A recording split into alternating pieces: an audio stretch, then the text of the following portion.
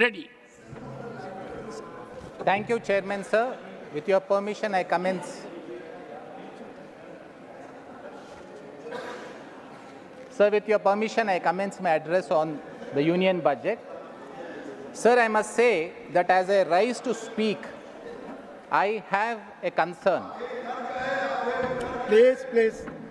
Sir, I am privileged that while I have the concern, आपस में बात नहीं, माननीय मंत्री जी प्लीज आपस में बात नहीं प्लीज, माननीय Niranjan Reddy. Sir, as I rise to speak, I must say, sir, that I have a concern. While I have a concern, I must also admit that I am privileged that I have the opportunity to share the concern with this august House. Sir, the concern is the Indian economy is in a quaint place. Sir, I am using my expressions carefully when I say quaint place because I find on the broad parameters, everything looks good. Sir, the macroeconomic factors are trending well. The fiscal glide path is back on track. The budget, I compliment and commend the Finance Ministry, sir, and the Honorable Finance Minister that they have not taken a short-term populist view. They have taken a medium-term or a long-term view. The growth rate looks well poised, making India one of the highest growing large economies in the world. These are all the broad parameters, sir, where India seems to be doing well. But, sir, on a closer look, there are some concerns. Now, concern number one is that private investment has been flailing. Sir, we have been witnessing economic growth without a commensurate job growth. Sir, the third concern is about the rising inequalities and a K-shaped economic recovery that India is seeing post-COVID. Sir, I will start by saying that this is not entirely governance fault, but while I speak about these governance measures later, sir, we need to be mindful when we are looking at these concerns that there are greater challenges that lie ahead. Sir, amongst the biggest challenge India faces is that India is blessed with a demographic dividend, but it has a short window, sir. So by 2035, India will peak with its demographic dividend, which means the maximum number of young people would be available for useful deployment for this national resources by 2035. We are barely 11 years away when India will reach that peak demographic dividend. India needs to get its act in order before 2035, sir. Sir, then there are going to be technological disruptions like artificial intelligence or any other emerging technology. Sir, there are going to be climatic disruptions which India needs to factor in. Other global risks have been portended and also carefully warned to us by the economic survey. This includes the supply chains, the ongoing wars, the reducing globalization and increasing internalization. Sir, I go back to the issue that in relation to all these challenges, can the government be blamed solely? Sir, I would respectfully think not so. Sir, there have been a few missteps. Demonetization, haphazard GST rollout, certain corrective steps were taken later.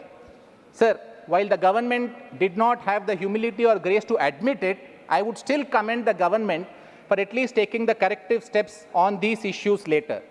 Sir, when I'm speaking of whether there is a governance failure, I would say no, because government has done rather splendidly in the COVID crisis and the immediate aftermath thereafter. Sir, but I now come back to my concerns, which is job creation. Sir, it is now recognized this is majorly linked to private investment that needs to happen. So this brings us to the second concern, sir, which is private investment. Why are we not having enough private investments? Why is India still bankrolling on the government capital expenditure that has been commendable? Sir, then we also need to be mindful of anticipatory challenges and disruptive forces that are likely to take place, sir. So now I would like to start with what seems to be a major problem area, which is private investment. Sir, I want to speak a little candidly. It may be not palatable to one or the other sections. Sir, when I look at what is it that is not bringing private investment, though the economy is doing well, sir, Honorable Member Mr. Chidambaram, when he spoke, he said when growth happens, it is not seen only in numbers. One has a sense of seeing it and feeling it on ground. So today, if we have to be honest and candid, why the private investments are not coming in the speed that we would want, sir, is because there is a prevailing sense of fear amongst the business people, sir. Now, this sense of fear is on account of the GST enforcements. I am not talking about political ED actions, sir, but I am talking of economic ED actions.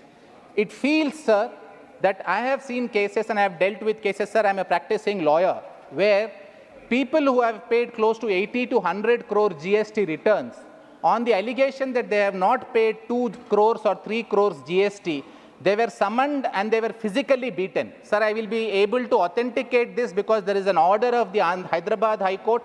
There is also an order of the Delhi High Court recognizing this fact that GST officials have manhandled assessees. Sir, I would think, sir, I would, sir. I volunteered myself because I am making an allegation.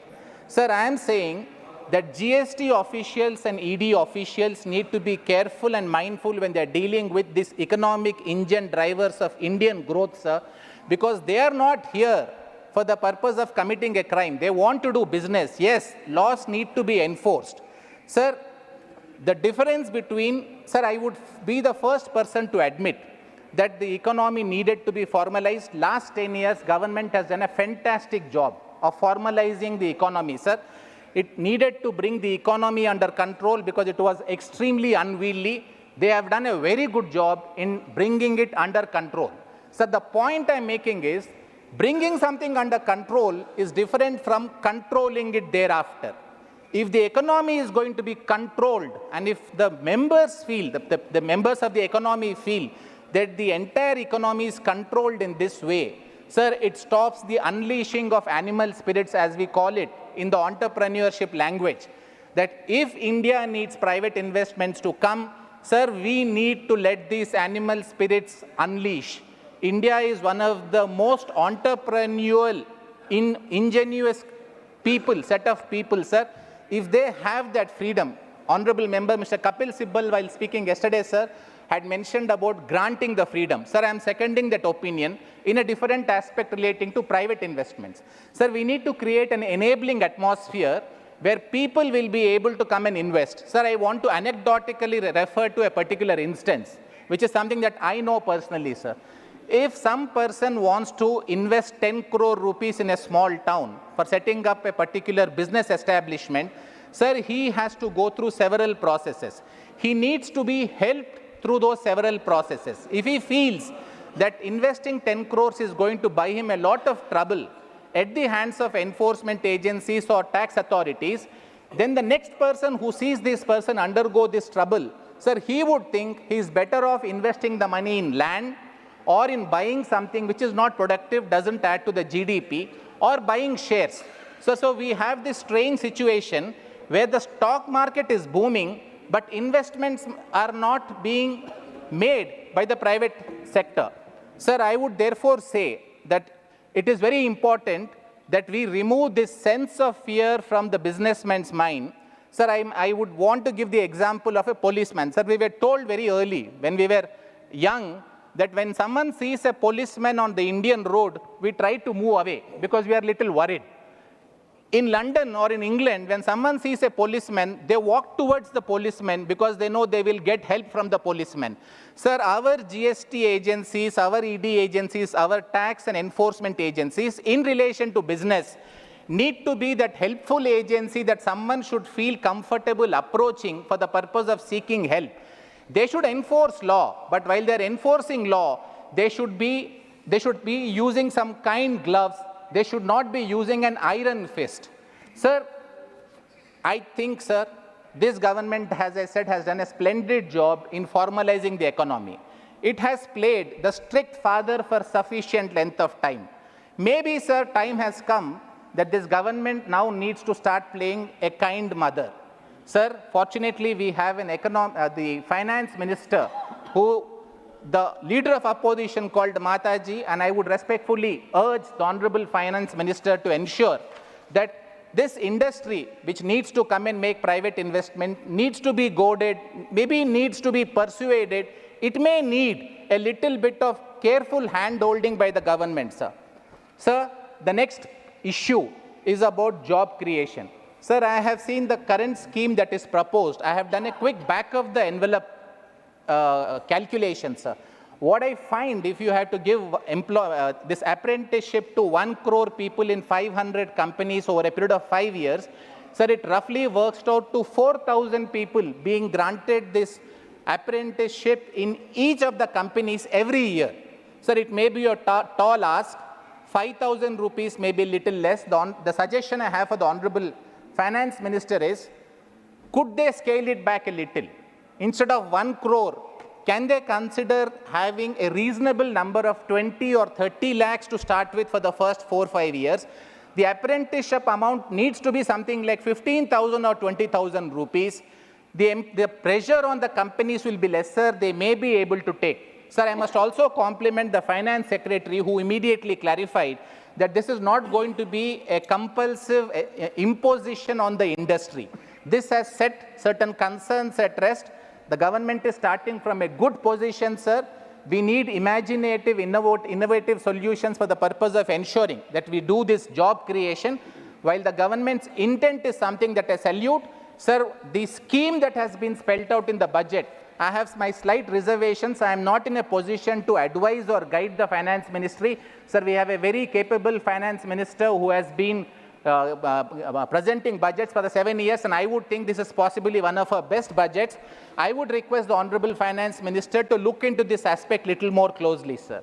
So then the next issue, which is a matter of concern for me, which I'm sharing with this House, is about how do we tackle inequality.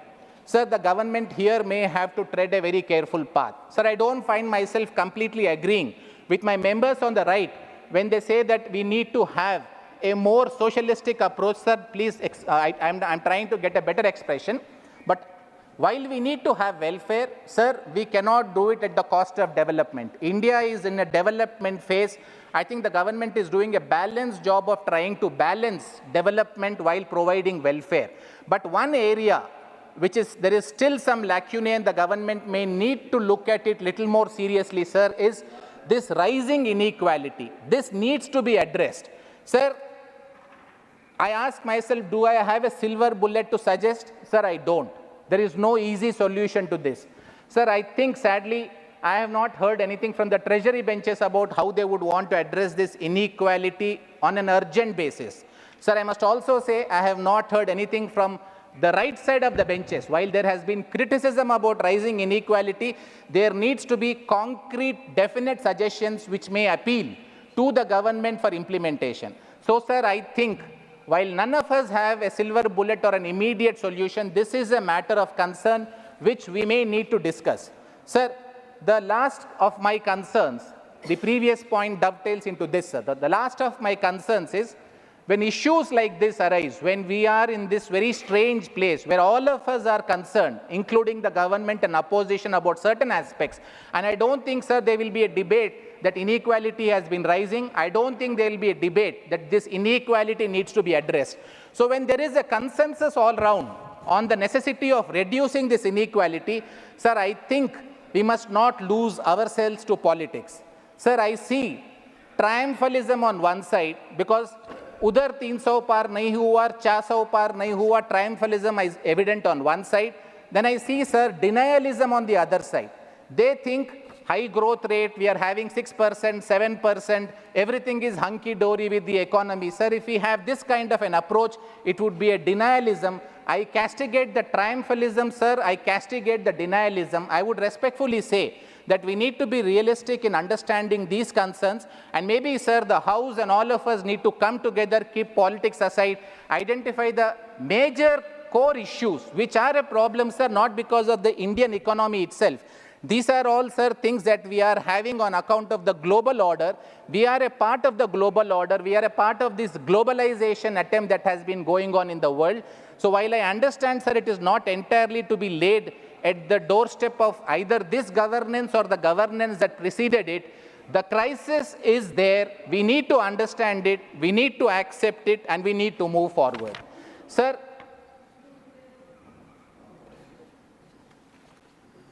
since I have a few more minutes, I just wanted to give 2 or 3 constructive suggestions from my side, sir.